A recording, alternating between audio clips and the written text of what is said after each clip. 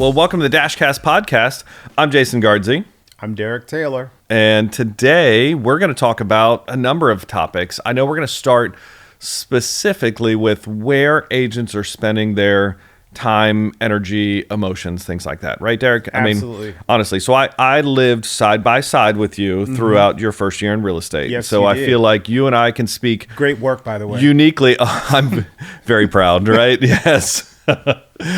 I think you and I can speak uniquely about a scenario where a guy who's just been really great at everything he's picked up in life decides, you know what, I'm going to try real estate. Like that looks fun, right? Yeah. And I'm going to keep doing these few other things that I need to, support myself and pay my bills while I'm getting launched. Right. And so you were hustling, right? Absolutely. I mean, out of the gate.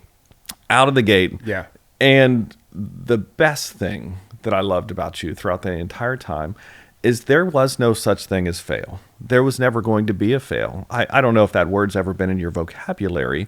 You were going to find a way to win regardless of the circumstances or the odds or anything else, Well, I right? appreciate that. I really do, because I didn't get in this to play around with it. I got into it to make it my living. And when you think about basics, as far as I gotta eat, you take it a little bit more serious. 100%, right? And I think, again, so many people don't understand or appreciate what they're getting into, right? And there's so many things that you can do. Look, there's a lot of great systems out there.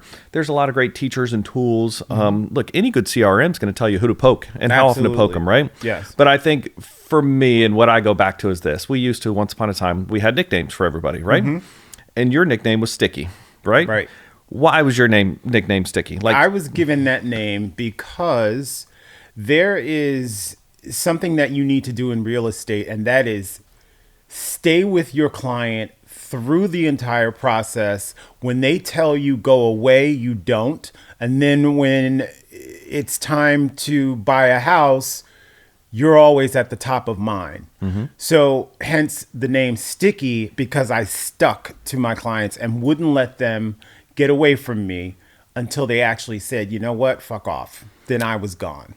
And what I don't think many people appreciate is this, the idea that you were willing to meet people where they were, right? We're in a Right. sales role, right? We're Yeah. not selling houses for a living. We're selling our services, right? Absolutely. And your services are far and above most, right? But what I loved is that you took it beyond the CRM, beyond the touch point, beyond the, it's been a few weeks, I should send them a text or a phone call, right? You took to heart who these people were, Right. what drove them, what motivates them, and you met them where they were. And sometimes that was simply, I'm going to blow your ass up until you fucking respond Yeah, to me. that was my thought process. And then sometimes it was like, look, I captured something that first time we met, and I'm going to remind you that I loved you every few weeks, right? Right. Because I'm going to talk about that one thing, right? Like if it was me, I'm a big Hurricanes fan, you know, Right. you would have given the old like, hey, you see the game last night? That was awesome, right? Absolutely. You know, and so I think what I love most and what I think anybody could take away from you and what you've been able to accomplish thus far is simply this, like meet them where they are. Right. And continue to bang your head against the wall until they give you some sort of answer, right? That whole go Yeah. for the no thing, right? But you didn't get many no's.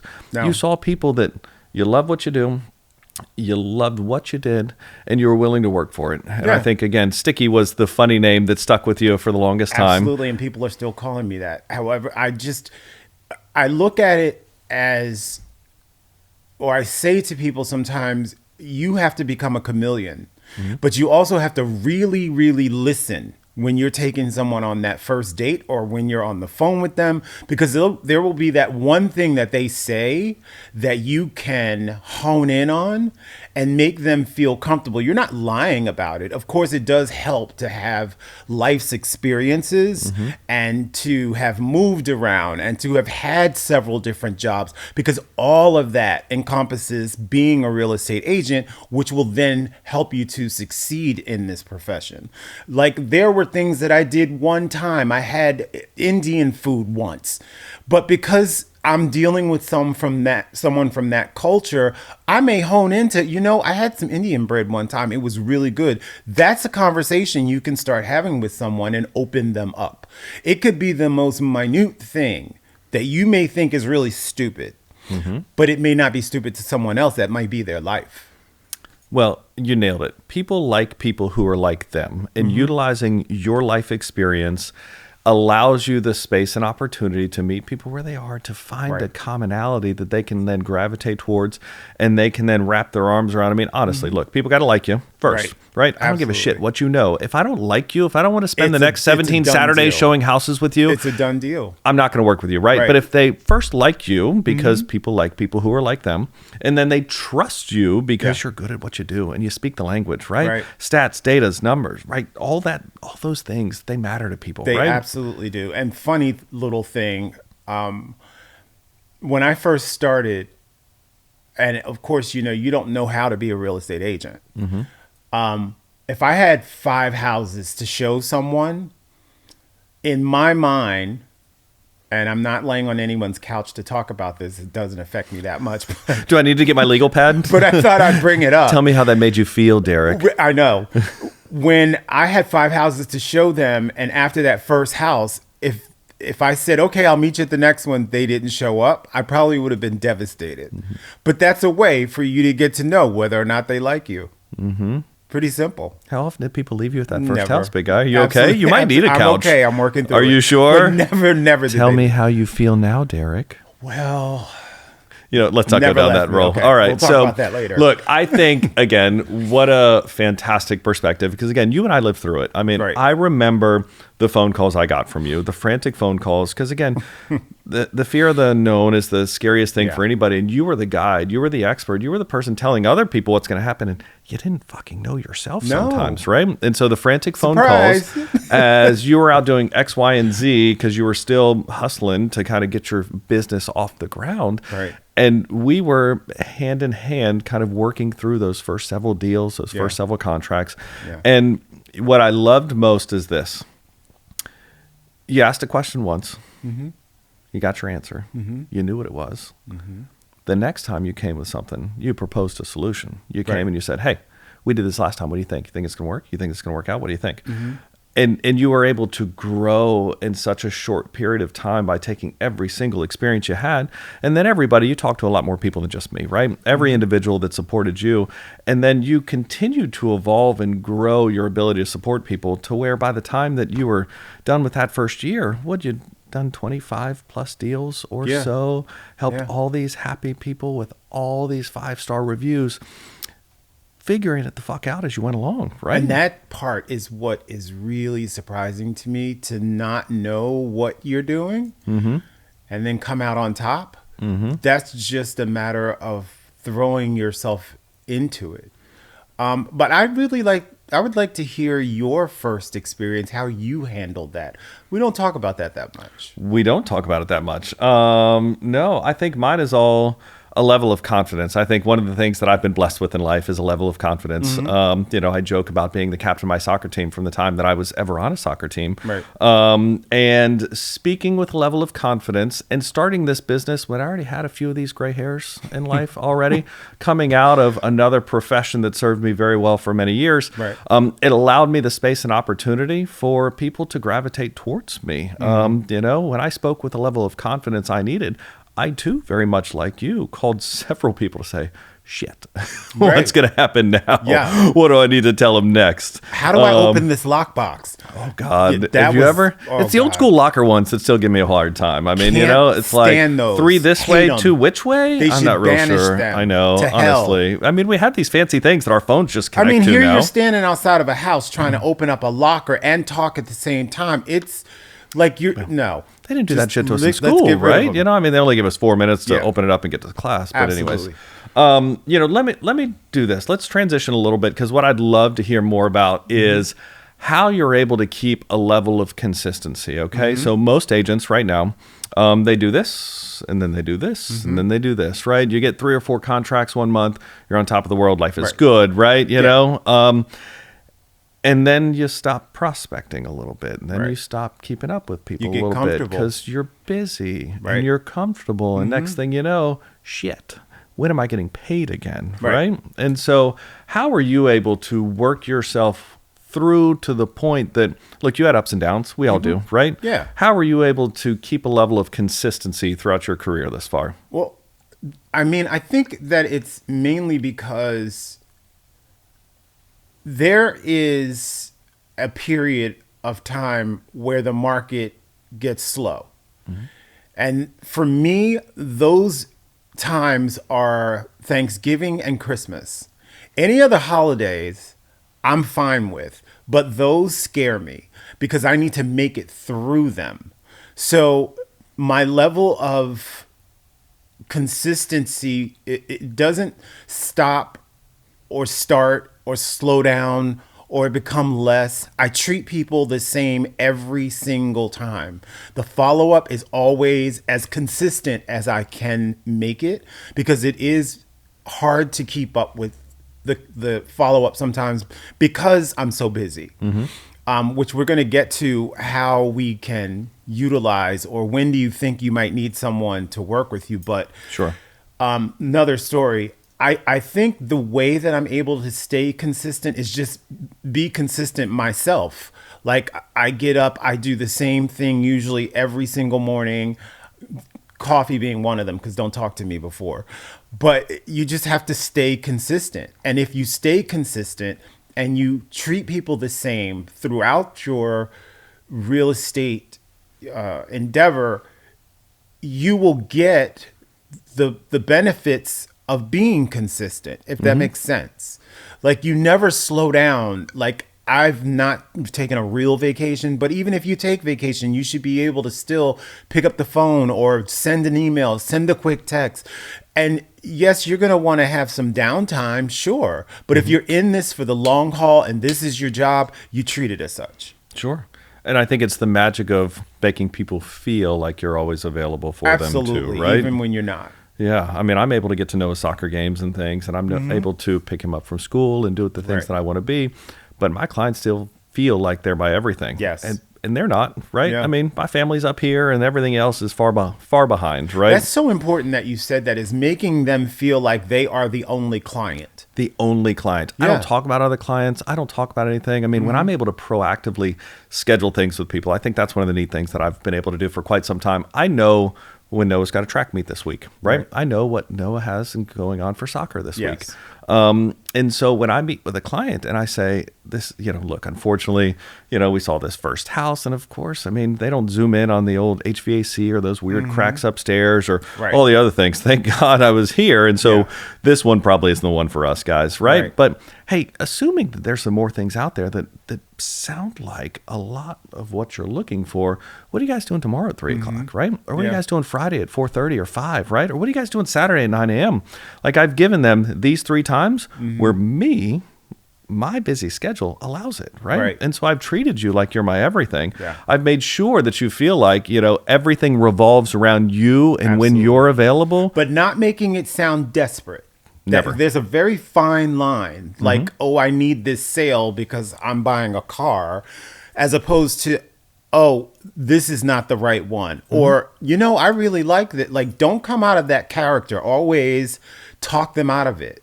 Don't look at what you need and want from the transaction. You always have to look at what they want and need. 100%. And that's simply because we as real estate agents, unfortunately, are generally speaking defined by our worst and not our best, right? And there are a ton of terrible agents out there who are very self-motivated and selfish in the whole thing, right? And so it's almost hard for us to have to work through the idea that I'm out for you and your best interests, right? I do this because I love people. I love helping people. I believe in supporting people. I believe in the goal of homeownership, right? There's so much that goes into ensuring not just that I'm doing all the right things the right ways, but helping then someone to understand that, right? And getting past the stigma of you only get paid when something closes, right? And don't get me wrong, that's the truth, people. But there is still this idea of how we're able to help you emotionally understand that I care more about you and your best interest than me and my paycheck, right?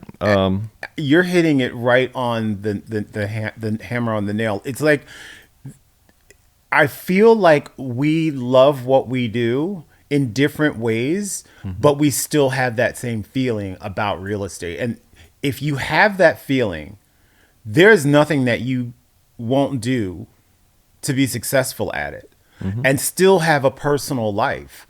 I loved one time you told me go do something for yourself because you saw that I was going bananas because I had been like out there on the pavement, driving all over the place. And I just was like at wit's end because I was exhausted. You said, go do something for yourself. And I went and got a foot massage and a pedicure, and I felt so much better. It's amazing those little things when you feel like you're in the rat race, trying to get things done, taking a minute for yourself. You always have to look at that and take time for yourself. You have to. You have to take care of you first. I mean, the old adage of, I'll eat last and whatever's left and whatever. But if I'm the breadwinner for me and mine, right? I'm eating first. I need to take care of me. And if I don't take care of me, Yeah. how on earth can I take care of those that I love most, Absolutely. right? And so you're really doing those you love most in the world a service if you don't take care of you and your needs and yourself, right? Yes. If you're not getting the rest you need, Right. if you're not getting the fuel you need, The if you're not getting the energy, exercise, if you're not all doing of things that. to fill your cup, Yeah, right? absolutely. Then how the fuck am I supposed to go out Right. and do my best for those that I love most, And you right? feel better afterwards. You want to go and do things for other people when you've taken care of yourself. We're all in the mindset of, oh, I got to do for this one. I got to do for this one. I have to do for that one. Just like you said, how can you better them if you're not better? You have to take care of yourself in order to make other people happy, because you're going to go into it with a negative attitude. And that's unfortunately the idea that so many people get their mind wrapped around, is that in order to succeed, I'm going to have to forego certain things. And that's probably an okay thought process, right? Are you going to miss some time with friends or family? Are you going to be Yes. out nights when you don't want to or showing houses? Sure. Are you going to be in the rain? Yeah. Yeah. There's going to be a lot of things you don't want to do. But the idea of taking care of you is the wrong thing in our business, right? Right. I mean, again, you're selling your services. I have to be on my A game if I haven't slept the night before, if I haven't fueled myself, Yeah. if I haven't been to the gym, right? If I'm not walking with a little extra pep in my step, Right.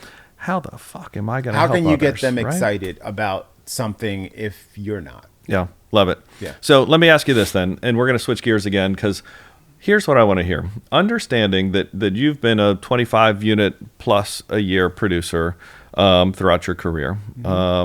That takes a level of dedication and effort that many just won't put in. Let's be honest, right? Yeah. There's a level of servicing each and every one of those contracts, but there's a level of continuing to prospect as you live through everything that you're doing, right? I mean, again, many agents, the reason they do this is because, I'm prospecting and then I'm servicing and I have nothing else coming in. Yeah. And then I'm prospecting again, and you do this roller coaster, right?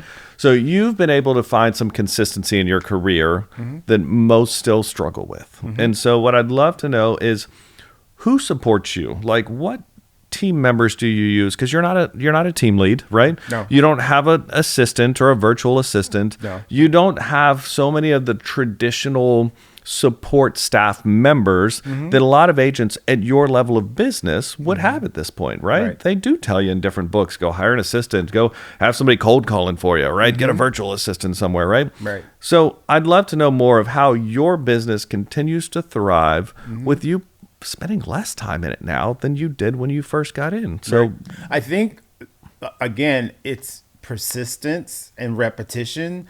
Like, I mean, I could take you through my day, and it changes sometimes, but when I'm up in the morning and I'm having coffee, the first thing I like to do is go and do my follow-up really quick, because it's a fast email, a fast text. I look at my calendar for what's going on that day. I'm like clear on what I'm doing. And then I'm hitting the pavement and I'm going to show houses, or I'm doing something for that day for my business. At night, before I fix dinner, I may go through my computer again and do a recap of what happened that day. I look at this, the only other way I can put it is a full-time job that never stops. I don't have Saturday and Sunday off. Monday is kind of a slow time for me, which is fine. But of course, I'm still doing stuff on Monday. My life revolves around real estate, basically. Yes, I have friends. Yes, I go out to places. Yes, I go to dinner. Yes, I travel certain places. But that still doesn't take away. I have a 24-hour, 7-day-a-week job in order to take care of myself. Because at some point, I won't be able to do it. So I'm doing it now. I get that. Yeah. And the level of persistence that you have is above average, to say the least. But let me ask you think? this.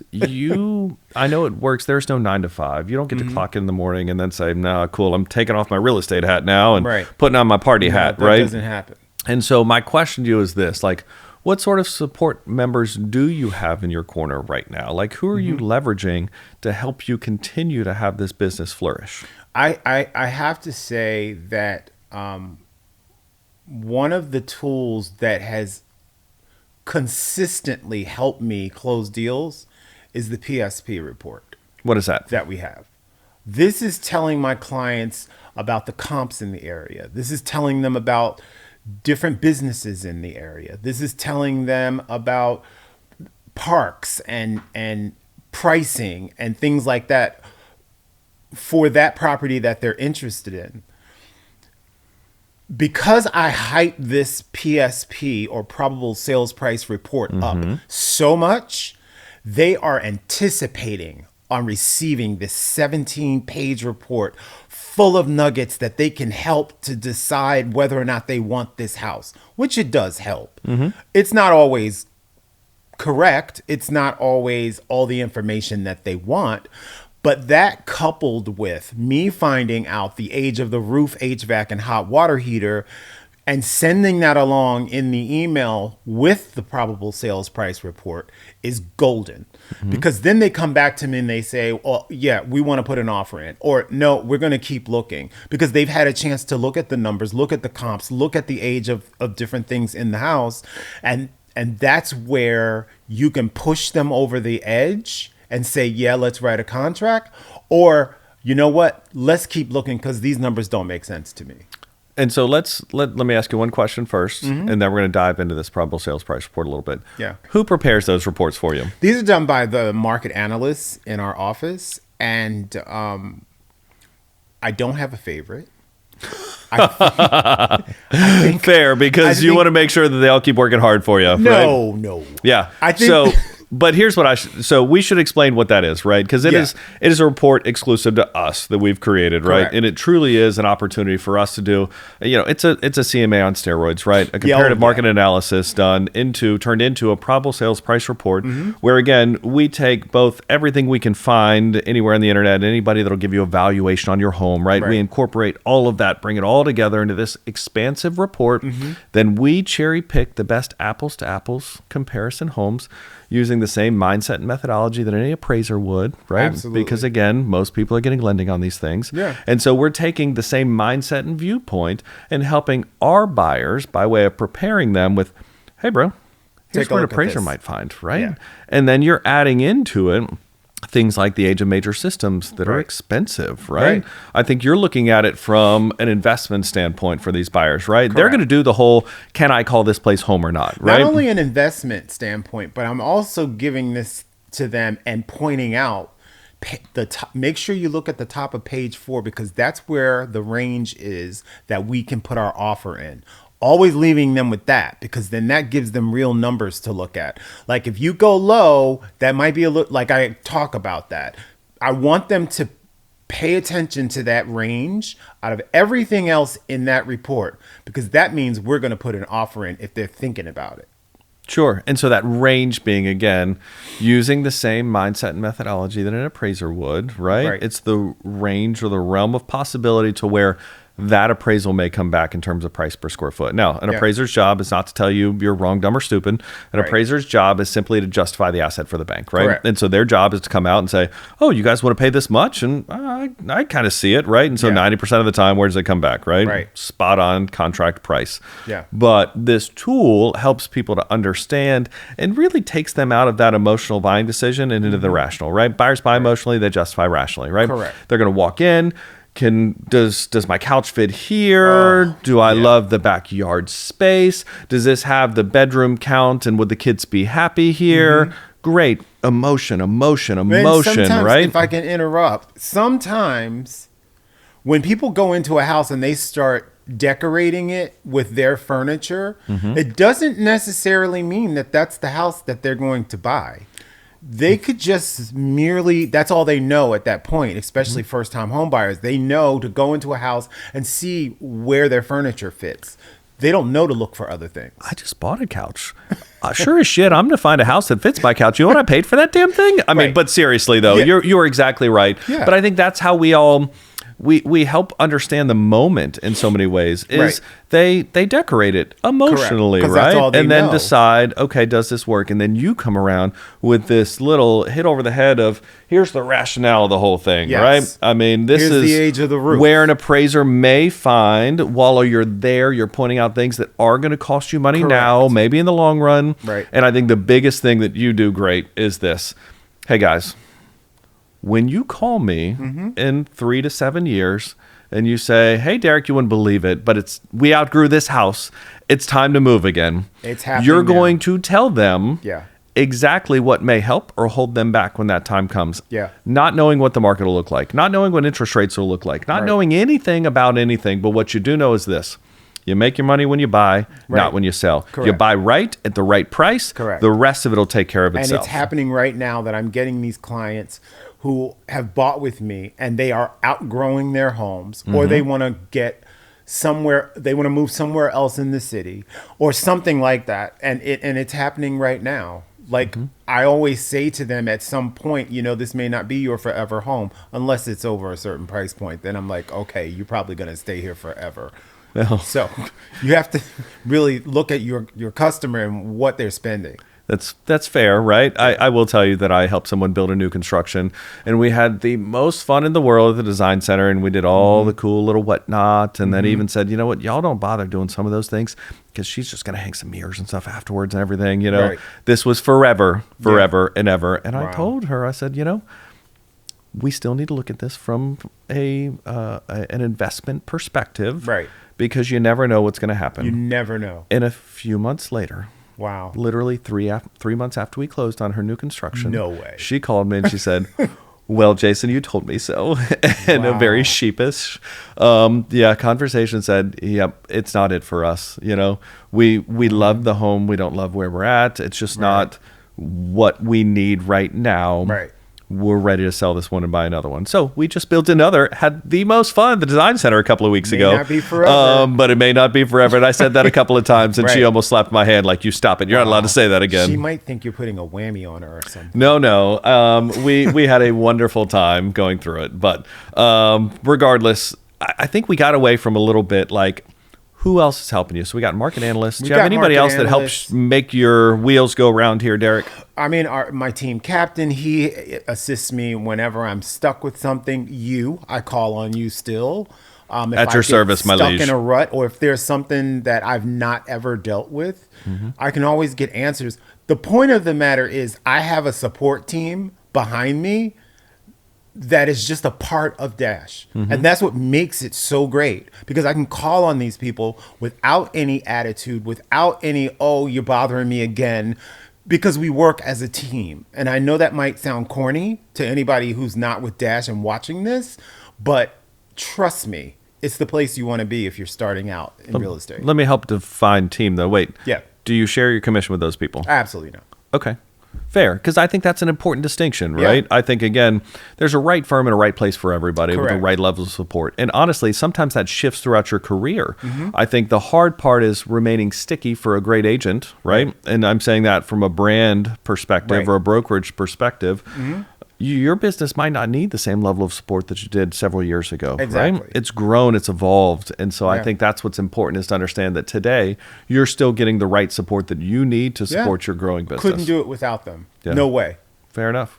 All right. Well, Derrick, I think that's all the time we got for today. So I appreciate you sitting down and having a conversation with me. This was great. Keep kicking ass, dude. Thank you. All right. All right, sir.